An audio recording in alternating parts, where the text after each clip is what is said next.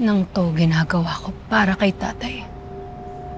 Kaya nung sinabi sa akin ni Doc Frank na gusto niyang tumira ako sa kanila. Sana bigyan mo ako ng pagkakataon. Sa akin ka na tumira. Sa mansyon ko. Karapatan ko naman yun eh. Naisip ko agad. Chance ko na to. Para mahanapan ko ng ebidensya na talagang may kinalaman ng mga Tera sa pagkamatay niya.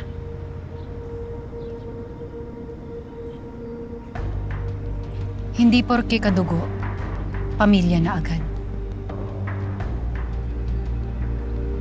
Oo, kadugo ko si Doc Franco.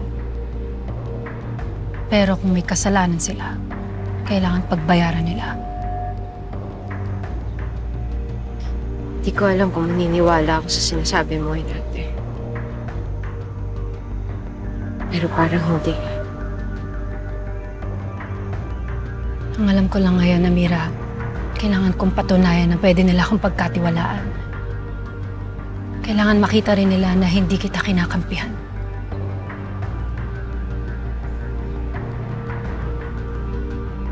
Ngayong alam mo na kung bakit ako nakatira sa mga Tera. Tulungan mo ko.